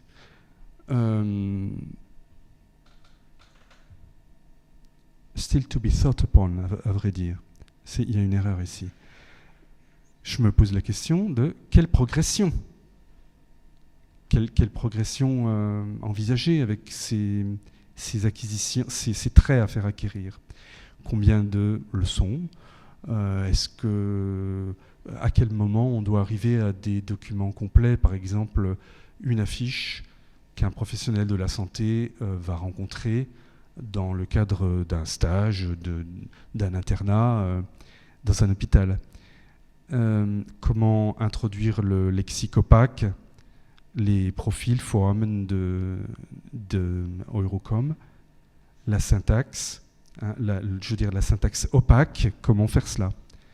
Comment l'adapter aux spécificités du public en question, par exemple un public chinois ou un public japonais? Et faudra-t-il comparer les performances entre plusieurs pays? Est-ce que ça aura du sens? Quel sens on pourra donner à ce genre de travail? Bon, j'attends vos questions surtout parce que souvent on est un peu seul quand on fait ce genre de travail. On se demande si on n'est pas en train de partir dans des directions trop éloignées, trop... Alors dites-moi, critiquez.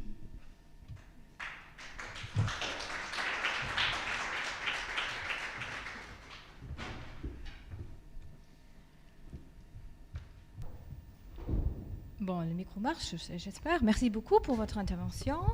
Je trouve que les colloques sont très importants pour ce genre de présentation. Rencontrer des fous, non, un peu? Non, c'est bien pour rentrer en contact avec les autres chercheurs et discuter son propre projet de recherche. Alors, j'ouvre la discussion à vos questions ou à vos commentaires.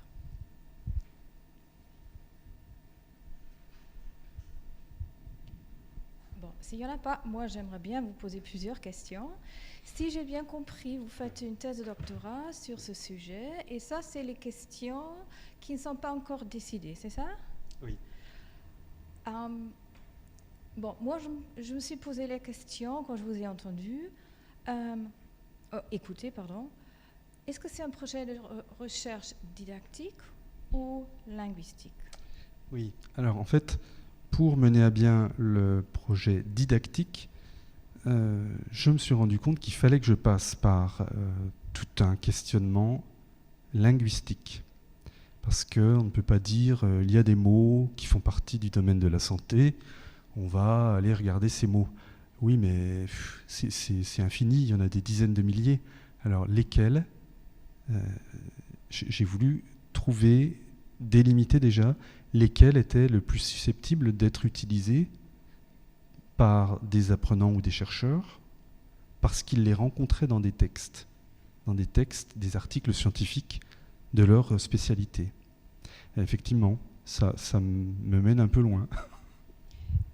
Enfin, moi, je crois personnellement, il faut se restreindre. On ne peut pas tout faire.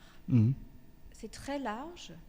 Et quand vous partez de ces structures, ces listes lexicologiques, vous arrivez à un grand nombre de termes. Bon, oui. Comment se limiter? C'est ça, pour moi, la question la plus importante.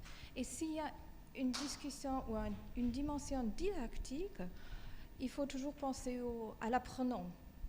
Oui. Bon, et si vous avez des exemples comme opérer, ou enfin des exemples qui sont très très clairs, ça arrive très souvent dans le discours de l'intercompréhension, de commencer par ces termes qui sont évidents. Oui, bien sûr. Oui. L'hôtel, restaurant, etc.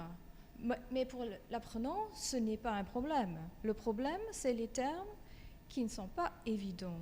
Par exemple, juste un exemple, écouter en français, escuchar en espagnol. C'est pas évident, mais hôtel, restaurant, ça, ou bien opérer, c'est évident. Donc ça, c'est juste un commentaire qui pourrait éventuellement vous aider à limiter un peu le choix. C'est un commentaire, oui. Alors, attendez, pour vous répondre aussi, pour apporter moi-même une précision à ce que vous venez de dire, je suis bien sûr, je suis d'accord avec ce que vous dites. Ce qui m'intéresse, je crois que ce qui manque, c'est une dimension syntaxique. Comment on accède au sens en découvrant que la syntaxe est différente. Parce que ces mots, opérer, oui, d'accord, isolément, on peut les comprendre immédiatement. J'espère qu'un Chinois ou un Japonais va comprendre cela, mais ce qu'il ne va pas forcément comprendre, c'est la syntaxe, c'est la terminaison de ce terme, par exemple, opérer, opère, ENT en français, ça va peut-être bloquer. Alors comment faire pour faire accéder à des traits morphosyntaxiques? Attends, oui. Oui, mais l'intercompréhension n'interdit pas de donner des informations. ONS, EZ, ENT, c'est un paradigme. Dès le début, il y a ça, le radical et la terminaison. Ça prend quoi, 3 secondes, c'est tout. C'est pas un puzzle qu'ils font. Oui. Alors, on peut les aider. Sauf que là, on n'est pas tout à fait dans une approche de l'intercompréhension. On est plutôt dans l'inter-intelligibilité entre des langues. Oui, mais encore une fois, il n'est pas interdit de donner des indices de base. Non. Hein? Bon, pour faire cette activité, sachez que... Bon, oui, je ne l'interdis pas, non, c'est sûr. Oui. Mais c'est pour ça que j'avais proposé ces expressions que les Chinois et les Japonais ne vont pas connaître, ces expressions qui viennent des Français. On retrouve le ONS, le Z, et c'était transférable après dans leur compréhension du texte au point de vue morphosyntaxique. Non, mais c'est tout. Mais, à mon avis, c'est un faux problème. Tu voulais dire quelque chose également ? Non, ce que je note que c'est intéressant, c'est que l'intercompréhension nous ramène à nous approprier d'outils de linguistique, puisqu'on a passé un certain nombre de temps, peut-être que... en tout cas, moi j'ai l'âge où je me souviens quand même de la bataille où il fallait se libérer de la linguistique, et puis là on y retourne. C'était un peu normal, mais qu'est-ce qu'on en fait, effectivement, Alors, par exemple, là, tu as fait tout un travail pour... trouver, disons, ce qui avait été fait autrefois, il y avait le français fondamental. Là, avec des moyens modernes, c'est l'outillage lexical absolument nécessaire en anglais. Avec des moyens plus modernes, on y arrive, donc c'est 1000 mots 2000. 2000 mots. c'est à partir de... Ça me semble une base absolument nécessaire, parce que sinon, l'intercompréhension, quelquefois, s'en va, je trouve, dans un peu trop d'approximatif, hein, pour après fonder des méthodes. Alors là, donc, il y a un capital de mots que donc, tu essayes à partir de là de dire comment je vais amener des étudiants qui doivent lire des articles scientifiques, qui savent lire des articles scientifiques en anglais. Ils disposent donc déjà de ces 2000 mots. Maintenant, comment je vais les amener à maîtriser les 2000 mots en français, espagnol, etc., etc. Alors, ce qui est très bien, c'est que tu as limité à 2000 mots. Je pense que c'est pas trop, enfin, c'est ni trop ni trop peu. Bon, bah, c'est 2000, ok. Et à partir de là, la progression va se faire, puisque tu peux déjà établir là, par contre, je dirais ne pas se perdre dans des outils du genre des indices de transparence, parce que là, on va se perdre complètement. Mais simplement en traduisant les 2000 mots de l'anglais au espagnol, français, etc., on va arriver au lexique transparent. À partir de là, la progression va s'établir, parce que comment introduire le lexique opaque ? À partir du moment où le lexique transparent est acquis, il suffit de mettre un mot opaque dans 4 mots transparents. En général, ça crée un contexte pour qu'on puisse deviner le mot opaque. Donc on passe tout de suite à ce moment-là à de la didactique. Mais je trouve que c'est intéressant, parce que ce qui manque effectivement, là, ce bouquin dont j'ai parlé est plutôt une approche différente pour une seule langue, plutôt pour des textes littéraires, enfin argumentatifs, etc. Là, tu parles de textes expositifs. Je pense qu'il y a une méthode qui peut se créer à partir de ça, mais à condition effectivement de ne pas se perdre après dans trop d'indices d'intelligibilité, des choses comme ça, hein. Passons à la compréhension effective d'un article scientifique en français, en espagnol, etc. Et au lieu de choisir des fables et des choses comme ça, des petits passages, et puis les mots opaques introduits au fur et à mesure. Effectivement, le mot, l'infinitif et les désinences, tout ça, ça va assez... là, on peut s'inspirer de méthodes comme celle-là pour voir comment faire. Hein, c'est... pour les introduire, mais il faut simplement les comprendre, il ne s'agit pas de les apprendre. Il faut quand même des critères qui indiquent, qui puissent nous faire dire tel mot anglais est transparent avec tel autre, avec tel mot en italien par exemple. Mm-hmm. Sinon, ça va être subjectif. Les critères qu'avait utilisés pour Rome 4, etc., c'était des tests expérimentaux.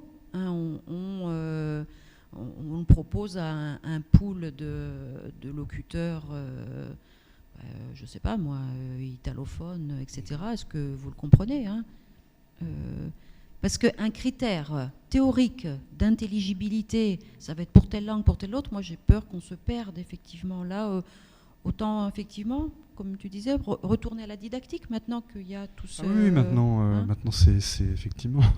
Mes recherches vont être didactiques cette fois-ci, oui. Je n'ai pas l'habitude de parler au micro et je parle assez fort, donc j'ai peur de vous casser les oreilles. Si je parle comme ça, c'est bon ? C'est bon ? D'accord.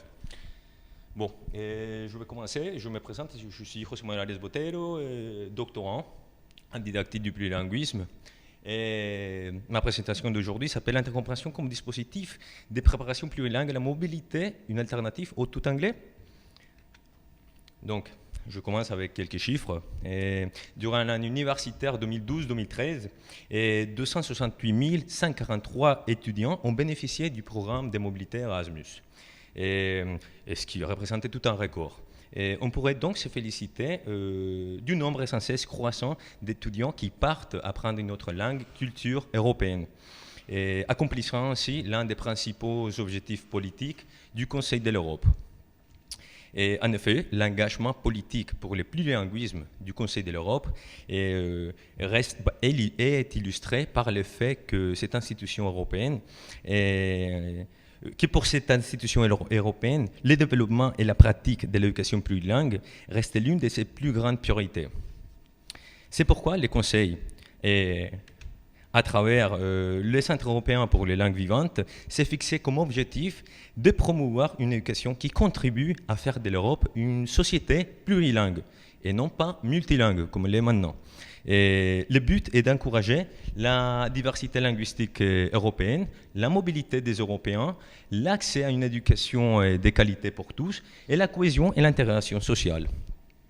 Et la langue étant l'un des principaux moyens de connaître l'autre, et le plurilinguisme comme objectif et moyen d'enseignement encourage chez l'individu l'ouverture à l'autre et invite au respect mutuel, à la tolérance et à l'ouverture à l'altérité.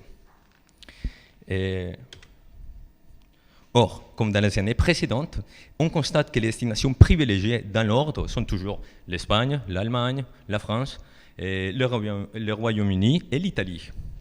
Et les étudiants se concentrent donc dans 100 pays sur 33 participants au programme, ce qui constitue un manque évident d'équité entre les pays. Force est de constater que l'un des facteurs principaux de cette situation, et parmi d'autres bien évidemment, est la barrière qui constitue l'apprentissage des langues des autres pays. Et ce n'est pas un hasard que les langues des 5 pays qui sont les plus souvent choisies par les étudiants européens sont les 5 langues les plus parlées en Europe. Pour contrer cette situation, ces constats nous amènent à nous demander si les objectifs du Centre européen pour les langues vivantes, c'est-à-dire la promotion d'une éducation vraiment plurilingue, la diversité linguistique, la mobilité des Européens, etc., se concrétisent vraiment sur le terrain de façon démocratique, en égalité des conditions pour tous les étudiants, enseignants et chercheurs européens d'où qu'ils viennent. Et pour contrer cette tendance et faire partie des destinations d'accueil des mobilités, des universités des pays des langues dites MODIM, c'est-à-dire les langues moins diffusées, moins enseignées, proposent des programmes en anglais pour les étudiants étrangers. Mais se cantonner exclusivement à ces choix n'est-il pas en contradiction avec le plurilinguisme et le pluriculturalisme prônés par le Conseil de l'Europe ? Les universités de ces pays ont donc un choix cornélien, n'accueillir qu'un nombre minime d'étudiants étrangers ou proposer davantage de programmes en anglais afin de promouvoir leur pays comme destination d'accueil des mobilités. Mais pour contrer cette tendance aussi, depuis 1996, Erasmus finance et propose des cours spécialisés dans les langues les moins répandues et les moins diffusées et les moins enseignées pour les étudiants partant à l'étranger dans le cadre du programme. Et ces cours excluent bien évidemment les langues les plus diffusées, les plus enseignées. Et le nombre des langues MODIM, de formation en langue MODIM et d'étudiants adhérents à ces cours n'a pas cessé d'augmenter depuis. Et ce qui constitue une très bonne nouvelle pour la démocratisation du plurilinguisme et de la pluriculturalité. Mais, un bémol, ces cours ne concernent pour l'instant que 2,7% du nombre total d'étudiants participant au programme Erasmus. Les questions qui se posent sont donc comment faire pour contribuer au développement de ce genre d'initiatives promouvant des langues et cultures MODIM? Et comment faire pour que les candidats à la mobilité puissent briser la peur de s'initier à l'apprentissage de ces langues MODIM? Et comment faire aussi pour que ces étudiants puissent développer des compétences langagières et de communication suffisantes pour intégrer un contexte académique en langue MODIM en peu de temps?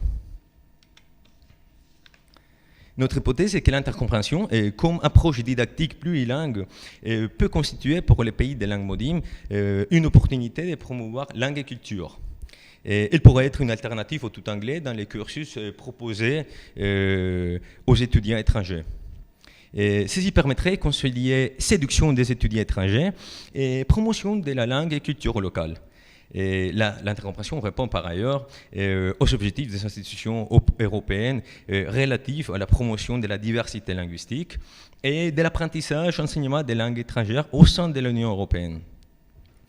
Et d'ailleurs, l'intercompréhension comme dispositif de formation plurilingue prend appui sur les connaissances et les compétences langagières déjà présentes chez l'apprenant. Et elle favorise le développement quasi simultané des compétences de réception et d'interaction écrite et orale, et plurilingue par une approche actionnelle en peu de temps.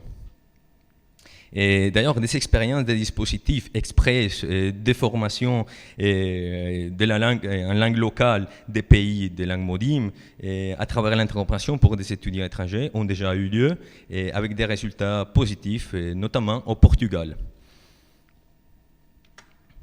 Et c'est dans les prolongements de ces derniers travaux que je m'intéresse actuellement à la mise en place d'un dispositif de formation en intercompréhension visant l'acquisition et le développement des compétences, de compréhension et d'interproduction orale en langue romane.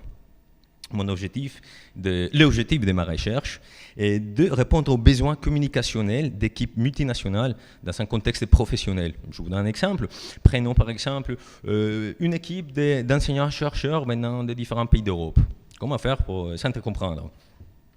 Mais rien n'empêche d'adapter ce genre de dispositif au contexte académique des étudiants candidats à la mobilité.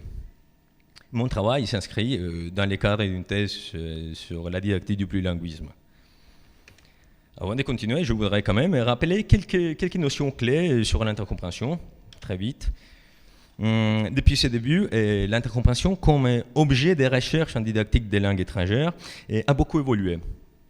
Ces acceptions se sont multipliées non seulement de façon diachronique, mais aussi selon les projets et les objectifs des chercheurs qui se sont intéressés à la question.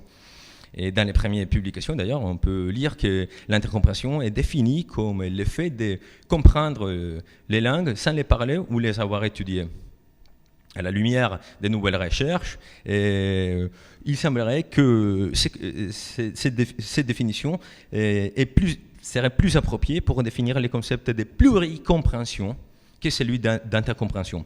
J'entends par pluricompréhension le fait de développer des compétences de réception en plusieurs langues quasi simultanément. Et ce type de définition, d'ailleurs, ne se concentre que sur les activités langagières et les compétences de réception, c'est-à-dire des compréhensions, excluant ainsi celles de production. Or, si on entend l'intercompréhension comme l'effet de s'intercomprendre avec quelqu'un dans une interaction, il faut bien évidemment tenir compte des compétences de production, soit en langue maternelle, soit en L2, voire L3, des interlocuteurs participant à un échange ou à une interaction exolingue. C'est ainsi que nous pourrions parler de l'intercompréhension comme une démarche communicative dans un contexte exolingue et dans laquelle chaque interlocuteur essaye de se faire comprendre dans sa propre langue ou dans les langues dont il possède des compétences langagières et se donne les moyens de comprendre les langues utilisées par les autres. C'est dans ce contexte que différentes stratégies de négociation interactionnelles et d'interproduction sont utilisées afin de répondre aux besoins de collaboration communicative des locuteurs. Et mon travail interroge ces stratégies en analysant leurs moyens d'acquisition et de développement et dans les interactions orales plurilingues. D'un côté, les différentes stratégies de compréhension et d'un autre, les différentes stratégies de communication et de coopération. Je vous donne un exemple. Aider l'autre à me comprendre en adaptant mon discours, ce qu'on appelle l'autorégulation, ou en utilisant des ressources linguistiques afin de construire du sens ensemble. C'est donc en adoptant l'idée que l'intercompréhension est aussi le développement de la capacité à construire du sens dans les contextes de la rencontre des langues différentes et d'en faire un usage pragmatique dans une situation communicative concrète, que ma recherche a pour objectif de concevoir et de mettre en place un dispositif d'intercompréhension en langue parente, dans mon cas en langue romane, visant à développer des compétences d'interproduction et de compréhension orale. Mais pour ce faire, il faut commencer par analyser les moyens d'acquisition et de développement de ces stratégies dans les interactions orales plurilingues. À cet effet, deux corpus d'analyse ont été constitués. Le premier dans un contexte académique universitaire et l'autre dans un contexte professionnel avec des équipes multinationales. Mais pour des questions de temps, je ne vous présenterai que le premier, un extrait du premier. Le premier corpus était formé dans le cadre de la formation à l'intercompréhension en langue romane du département Lansade de l'Université Lyon 2 durant le deuxième semestre de l'année universitaire 2012-2013. Et l'encadrer cette formation à l'intercompréhension a permis de recruter un public voulant s'y initier en lui proposant un travail d'interaction orale en face à face, dans les cadres de leur formation et en parallèle à leur travail d'intercompréhension écrite sur la plateforme Galanet. Ce travail était possible grâce à la présence dans les groupes de plusieurs apprenants venant des différents pays romanophones, comme l'Espagne, le Brésil, l'Italie, le Mexique et la Roumanie, qui s'ajoutaient aux apprenants français inscrits dans la formation. Dans un premier temps, il a fallu créer des situations de communication propices aux interactions orales. Ces situations de communication avaient toujours pour but d'amener les étudiants à échanger pour accomplir des tâches ou résoudre des problèmes. On se trouve dans une approche actionnelle. Et ceci les a contraints à se mettre d'accord et à se donner les moyens de comprendre et de se faire comprendre. Démarche qui s'inscrit aussi dans la perspective actionnelle. Et en tout, nous avons mis en place 3 situations de communication orale en face à face, correspondant à 3 TD, et sur un total de 12 dans les semestres. Et ces échanges ont été filmés. Et ensuite, 2 entretiens individuels ont eu lieu avec 2 étudiantes, une roumaine et une brésilienne, portant sur les choix de communication qu'elles ont opérés lors de leurs interactions et sur les stratégies de compréhension qu'elles ont utilisées pour réussir à construire du sens dans l'acte interactionnel. Pour réaliser ces entretiens, on a demandé aux 2 étudiantes de visionner les vidéos des interactions où elles sont intervenues et de commenter les moyens qu'ils se sont donnés pour se mettre d'accord. Et le but était de connaître et d'analyser les choix que ces 2 étudiantes ont fait à chacune de leurs interventions. Et ces entretiens ont été enregistrés pour pouvoir les exploiter intégralement. On va donc visionner un extrait d'un échange entre Stéphane et Natalia, l'étudiante roumaine et l'étudiante brésilienne. J'espère que ça marchera ici. Voilà, je m'attendais. On va faire comme ça. Corpus 1.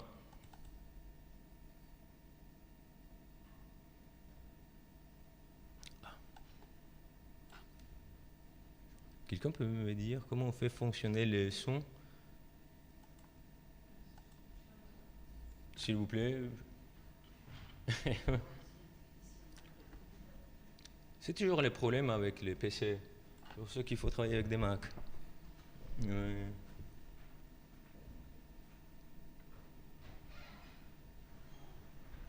Est-ce que ça marche? Les sons. Non, c'est bon. Non, c'est bon.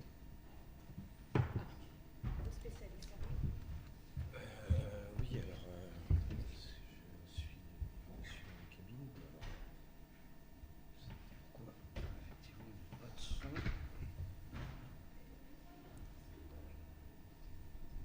Ça, c'est les problèmes des tiges. Facilite la vie, mais quand ça ne marche pas.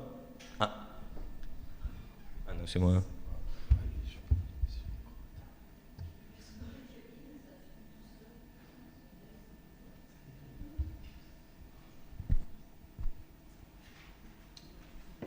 J'espère qu'on a fait une pause dans les temps, c'est imprévu. On a le temps d'écouter, mais... Oui. Attendez, je me permets. Dans cet extrait, il y a un petit résumé de toutes les stratégies qui peuvent être mises en place dans une interaction orale et bilingue. Là, c'est le premier. Oui, c'est le premier, et ça n'a pas voulu marcher alors que je l'avais. C'était un hyperlien sur mon PDF, PDG. Bon, ça, les PowerPoint. C'est pas grave. Ah, on va peut-être celui-là.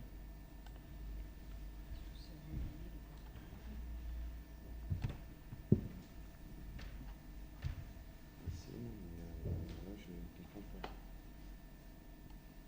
Je ne comprends pas.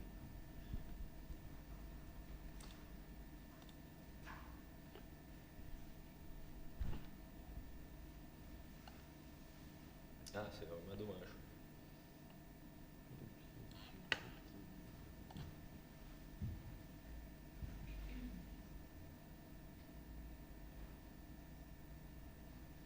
Tu n'as pas relevé les actes, tu pourras nous dire. Mais sinon, on le fera bon, avec les moyens qu'on a. Et pourtant, ça marchait, je l'ai vérifié plusieurs fois.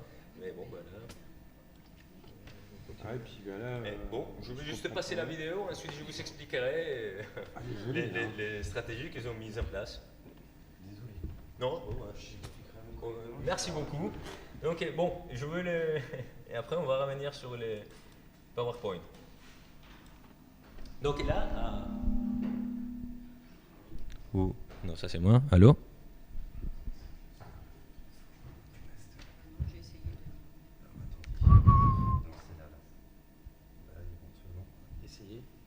Allô?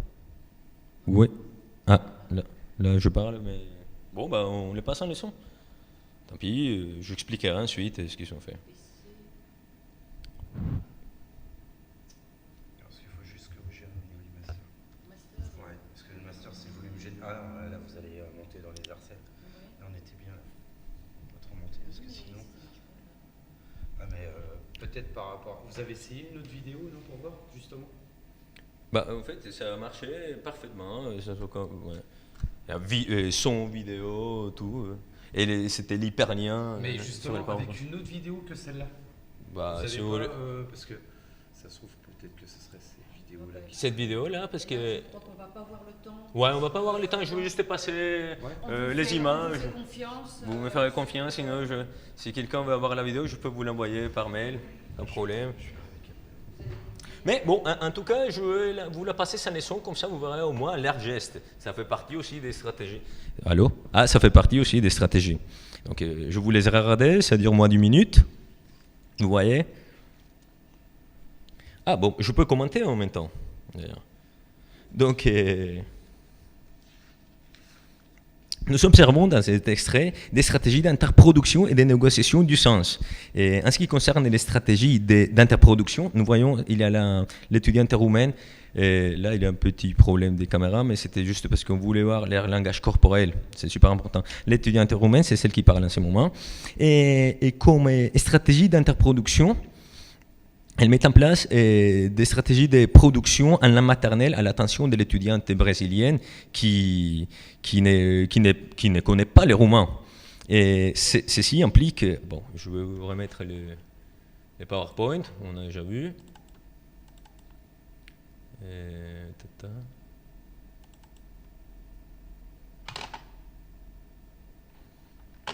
On était... Et voilà. On fait comment pour agrandir? Quelqu'un peut me dire comment? Où? Là? Ah ouais, là, parfait. À partir de la diapositive actuelle. Ah, parfait. Ok. Bon, et donc on a pu observer comme stratégie d'interproduction de la part de l'étudiante roumaine des stratégies de production en langue maternelle, en roumain, à l'attention de l'étudiante brésilienne et qui ne connaît pas le roumain. Et ceci est très important parce que ceci implique un effort de cohérence entre ce qu'elle veut dire, comment elle le dit, et que cela soit compris par son interlocutrice, ce qui n'est pas évident. Et là aussi, parmi ces stratégies, elle a utilisé la simplification lexicale, en privilégiant des éléments transparents, bien évidemment, la simplification syntaxique et morphologique, l'articulation claire et la diminution de la vitesse du débit des paroles, et l'utilisation du langage non-verbal avec des gestes illustrateurs, que c'est la seule stratégie qu'on a pu observer. Et de la part de l'étudiante brésilienne, toujours dans les stratégies d'interproduction, nous avons la traduction consécutive, simple en plusieurs langues à la fois, de ce que vous voulez dire. Et il y a aussi la reformulation en langue maternelle et en L3, dans ces cas l'espagnol, des propos du locuteur et de son interlocutrice. Et l'utilisation aussi du langage non-verbal avec des gestes illustrateurs. En ce qui concerne les stratégies de négociation du sens dans ces cours extraits, c'est-à-dire des stratégies qu'il faut mettre en place lorsqu'il y a des problèmes de compréhension ou de collaboration actionnelle, on a pu observer la reconnaissance explicite des problèmes. Bon, on aurait pu observer la reconnaissance explicite des problèmes de compréhension. Et quant au bilan partiel de ces corpus, une évaluation formative et une évaluation sommative ont été mises en place. L'évaluation formative a consisté en une table ronde portant sur une évaluation de la formation et sur une analyse métacognitive du travail et des acquis en fin de formation des participants. Ensuite, chaque apprenant a effectué sa propre auto-évaluation personnelle à l'aide d'un questionnaire. Et ensuite, il a eu l'évaluation sommative parce que le système l'oblige.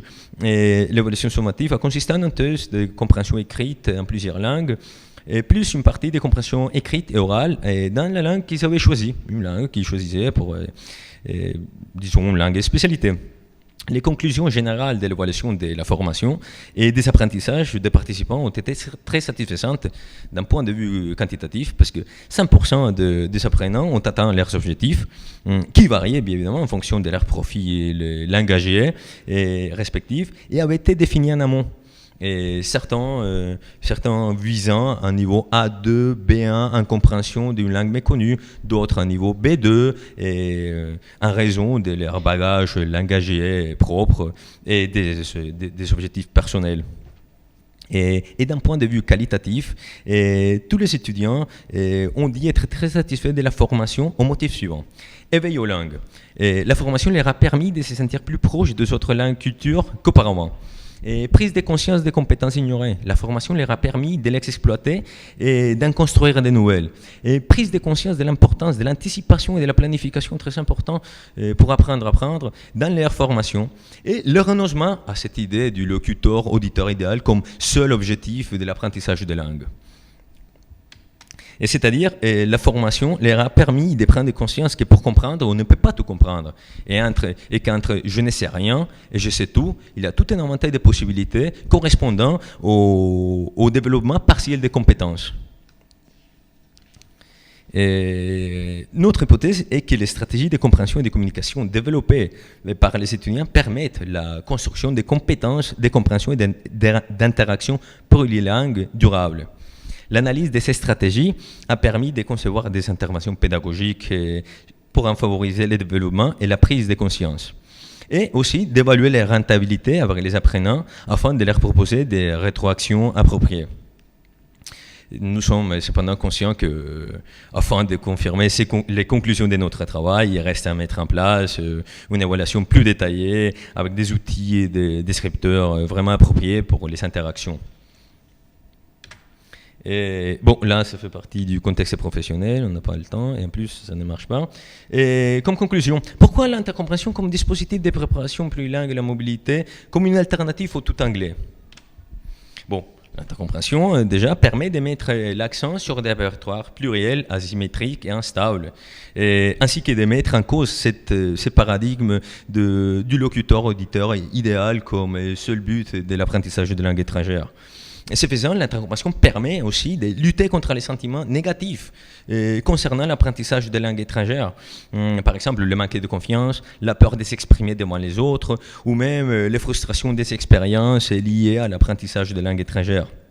Les blocages de ces barrières permettent d'augmenter les possibilités d'un apprentissage réussi. Et l'intercompréhension conçoit les langues comme des espaces ouverts et dynamiques et contribue à renforcer les connaissances de la culture des langues auxquelles les apprenants sont exposés en vue de promouvoir la compréhension et les échanges interculturels. L'intercompréhension permet également d'accéder plus facilement aux langues dites modim en prenant appui sur des langues plus connues appartenant à la même famille de langues, ce qui permet de promouvoir la langue et culture des pays des langues modim. Un exemple, si on a des compétences langagières en russe, ça peut permettre de s'initier au tchèque, par exemple. Alors, je dis comme ça, je ne connais pas les langues slaves. Mais sinon, avec espagnol et français, pourquoi pas s'initier à l'apprentissage du catalan. L'intercompréhension permet aux apprenants qui n'ont pas de formation linguistique particulière d'évoluer, malgré cela, dans la compétence pragmatique d'une interaction en langue. La dissociation des compétences concernant les activités langagières, l'un des principes de l'intercompréhension, permet le développement quasi simultané des compétences des réceptions plurilingues écrites et orales en peu de temps. L'intercompréhension favorise également le développement des compétences communicationnelles durables, d'autorégulation, de négociation, d'interproduction, etc., etc. Et la construction des compétences langagières et sociolinguistiques et pragmatiques telles que définies par le CE-CRL. L'intercompréhension encourage également la mise en place des stratégies métacognitives, favorisant le développement de l'autonomie chez l'apprenant, c'est-à-dire il apprend à apprendre. Ceci permet de développer des compétences d'apprentissage durable en langue étrangère. Il nous reste... Bon, je finis, je veux faire vite. Je veux aller jusque... je veux juste citer, l'intercompréhension est au cœur de l'approche plurilingue définie par le CESRL. Je cite, l'apprenant ne classe pas ses langues et ses cultures dans des compartiments séparés, mais construit plutôt une compétence communicative à laquelle contribue toute connaissance et toute expérience des langues et dans laquelle les langues sont en corrélation et interagissent. Et pour finir, l'intercompréhension ne s'oppose pas à l'apprentissage classique des langues. Au contraire, cette approche est susceptible d'y contribuer parce qu'elle favorise chez l'apprenant la construction des compétences déjà mentionnées et les formes à apprendre à apprendre. Fini. Merci beaucoup. Muchas gracias. Dankeschön.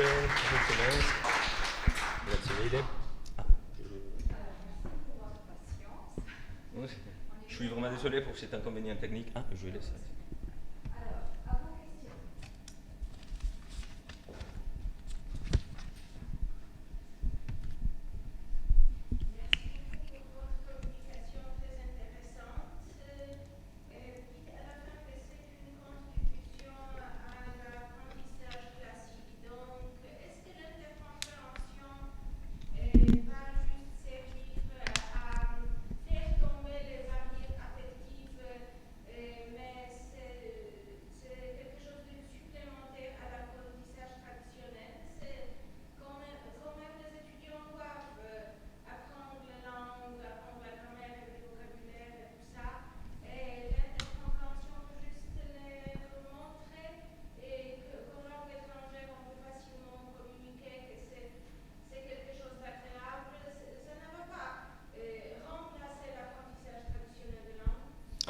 Non, pas du tout. C'est complémentaire. Déjà, on peut s'initier à l'apprentissage classique, entre guillemets, d'une langue, comme moi, je l'ai fait avec le français. Mais cela ne m'empêche pas de m'intéresser aux autres langues de ma même famille des langues. Par exemple, avec l'espagnol et le français, moi, quand je vais en Catalogne et que les Catalans sont très fiers et qu'ils veulent mettre en avant leur langue, bon, j'ai développé des stratégies de compréhension et même pas d'interproduction avec eux parce qu'ils parlent aussi l'espagnol, mais par exemple en Italie ou au Portugal, moi j'ai eu l'opportunité d'interagir avec les gens chacun dans sa langue. Et ça passe par avoir une conscience de la langue de l'autre. Je donne un exemple. Par exemple, disons que moi en tant qu'hispanophone, si je parle avec un Français qui ne parle pas l'espagnol et que moi j'ai une certaine conscience, disons que je n'ai pas des compétences très développées et des productions très développées en français, mais que j'ai un certain niveau de compétences partielles et que j'ai compris que si je dis, je parle avec un face-à-face ou à l'écrit à distance avec un francophone, et que si je demande, je veux savoir s'il a compris ce que je dis, je ne vais pas lui dire « entiendes », parce que pour lui, ça va être « entendre ». Je vais dire « comprendes », que c'est un synonyme, et que pour lui, ça va être beaucoup plus facile. Et par exemple, avec cette conscience que j'ai du français, je ne vais pas lui dire si je suis enrhumé, je ne vais pas lui dire « estoy constipado ». Parce que lui, c'est un faux ami, lui, il va comprendre une chose complètement différente, alors qu'en espagnol, constipado veut dire enrhumé. D'accord? Je vais dire estoy agripado. Ah, là, par contre, il a la grippe, il a quelque chose. Donc, il s'agit de ça. Mais cela ne m'empêche pas du tout d'apprendre d'autres langues et de développer au maximum les compétences langagières. Je ne sais pas si je me suis... D'accord.